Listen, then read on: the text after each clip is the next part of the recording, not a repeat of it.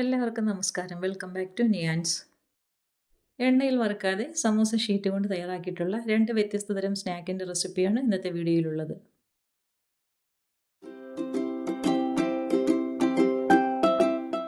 ആദ്യം നമുക്കിതിനൊരു ചട്നി തയ്യാറാക്കിയെടുക്കാം. അതിനുവേണ്ടി തേങ്ങ ചിരകിയത് മിക്സിയുടെ ജാറിലേക്ക് ഇട്ട് കൊടുക്കാം. അതിൻ്റെ കൂടെ തന്നെ 2 പച്ചമുളക് എരിവിന് ആവശ്യമായി ചേർത്ത് കൊടുക്കാം. 2 അല്ലി വെളുത്തുള്ളി ചേർത്ത് കൊടുക്കാം. കുറച്ച് മല്ലിയിലയും കൂടെ ഇതിലേക്ക് ഇട്ട് കൊടുക്കാം. ഇനി ഇതിലേക്ക് 1 ടീസ്പൂൺ വിനാഗിരിയോ നാരങ്ങാ നീരോ ചേർത്ത് കൊടുക്കാം. പിന്നീട് ആവശ്യത്തിനുള്ള ഉപ്പും ചേർത്ത് കൊടുത്ത് നന്നായിട്ടൊന്ന് അരച്ചെടുക്കാം. ഇതാ ഈ ഒരു രീതിയിലാണ് ഇത് അരച്ചെടുക്കുമ്പോൾ കിട്ടുന്നത്. അപ്പോൾ ഇത് നമുക്കിതിന് ഉള്ളിലേക്ക് വെച്ച് കൊടുക്കാനുള്ള ഫില്ലിംഗ് ആണ്. ഇനി നമുക്ക് ഒരു പാൻ എടുത്ത് അതിലേക്ക് കുറച്ച് ഓയിലൊന്ന് ഒഴിച്ചു കൊടുക്കാം. ഇനി നന്നായിട്ട് ഇതിനെ ഒന്ന് ബ്രഷ് ചെയ്ത് കൊടുക്കണം.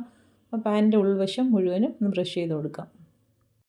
ഇനി ഇതേപോലെ ഒരു ബൗളിൽ കുറച്ച് വെള്ളവും ഒരു ബൗളിൽ 2 മുട്ട ബീറ്റ് ചെയ്തതും എടുത്ത് വെക്കാം. ഇനി ഓരോ ഷീറ്റും എടുത്ത് ആദ്യം വെള്ളത്തിലൊന്ന് മുക്കിയെടുക്കാം. അതിനുശേഷം മുട്ടയിലേക്ക് നന്നായിട്ടൊന്ന് മുക്കിയെടുത്തതിന് ശേഷം തയ്യാറാക്കി വെച്ചിരിക്കുന്ന പാനിലേക്ക് വെച്ച് കൊടുക്കാം.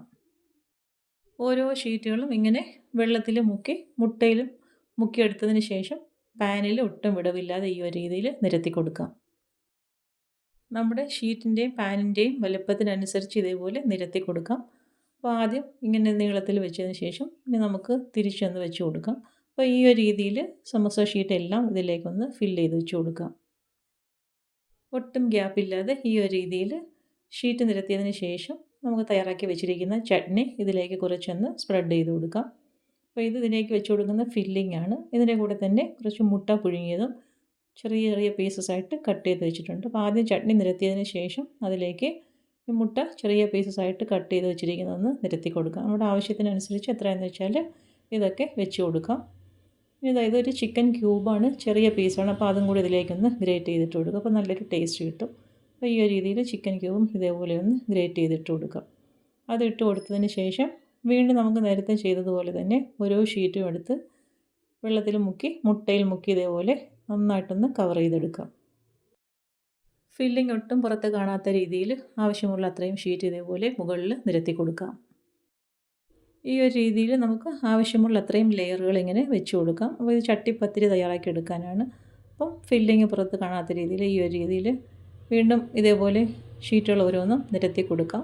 വീണ്ടും അതിൻ്റെ പുറത്തായിട്ട് തയ്യാറാക്കി വെച്ചിരിക്കുന്ന ചട്നി ഇട്ട് കൊടുക്കാം. ഇതെല്ലാം ആവശ്യത്തിനനുസരിച്ച് ചേർത്ത് കൊടുക്കാം. പിന്നീട് വീണ്ടും അതേപോലെ തന്നെ മുട്ട പുഴുങ്ങിയത് ചെറിയ ചെറിയ പീസസ് ആയിട്ട് കട്ട് ചെയ്ത് വെച്ചിരിക്കുന്നത് ഇതിലേക്ക് വെച്ച് കൊടുക്കാം. ആ മുട്ടയ്ക്ക് പകരം നമുക്ക് മീറ്റിൻ്റെ ഏതെങ്കിലും ചിക്കനോ ബീഫോ ഏതാണെങ്കിലും ഇതേപോലെ ചേർത്ത് കൊടുക്കാം.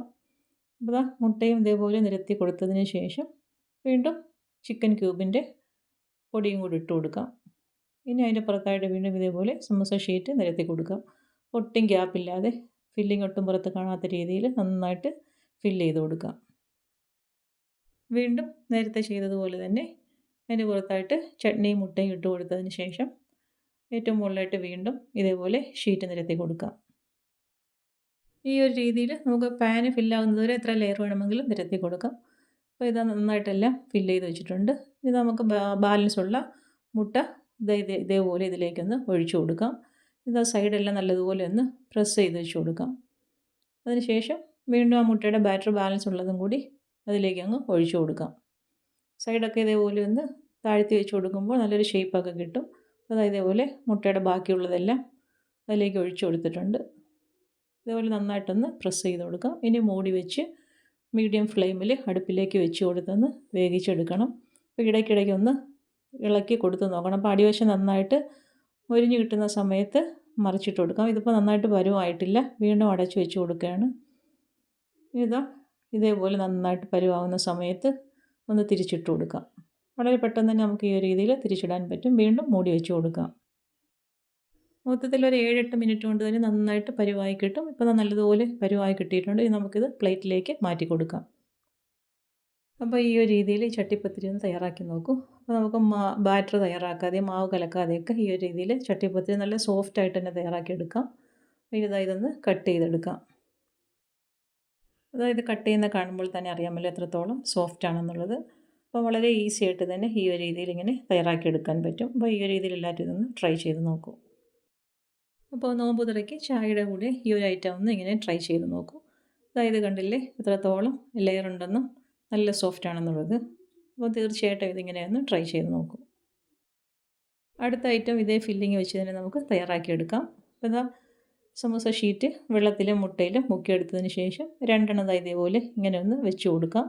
പിന്നീട് അതിൻ്റെ പുറത്തായിട്ട് ചട്നി വെച്ച് കൊടുക്കാം. പിന്നീട് ഒരു മുട്ടയുടെ പകുതി ഇതേപോലെ കമഴ്ത്തി വെച്ച് കൊടുത്തതിന് ശേഷം ഇതേപോലെ ഒന്ന് ഫോൾഡ് ചെയ്തെടുക്കാം.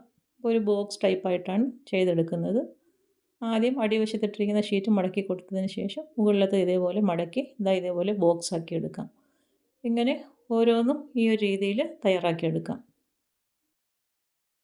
അതേപോലെ തന്നെ ബാലൻസ് ഉള്ളത് ഇതേപോലെ ഇങ്ങനെ 2 ഷീറ്റ് എടുത്ത് ക്രോസായിട്ട് വെച്ചതിന് ശേഷം ചട്നി വെച്ച് കൊടുക്കാം. അതിൻ്റെ പുറത്തായിട്ട് മുട്ടയും വെച്ച് കൊടുത്തതിന് ശേഷം ഇത് ബോക്സാക്കി മടക്കിയെടുക്കാം.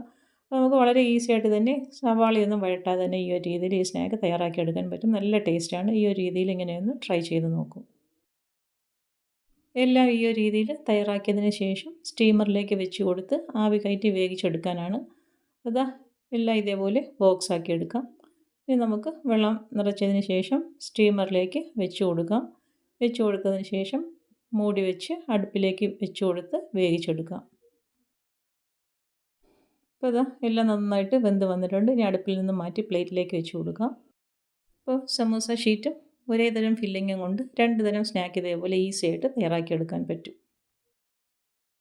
അപ്പോൾ ഈ ഇഫ്താറിന് ഈ 2 തരം സ്നാക്കും ഇങ്ങനെയൊന്ന് തയ്യാറാക്കി നോക്കൂ. വീഡിയോ ഇഷ്ടമായാൽ ലൈക്ക് ചെയ്ത് സബ്സ്ക്രൈബ് ചെയ്ത് സപ്പോർട്ട് ചെയ്തേക്കൂ. വീണ്ടും അടുത്ത വീഡിയോയിൽ കാണുന്നത് വരെ bye from Niyans. Thanks for watching.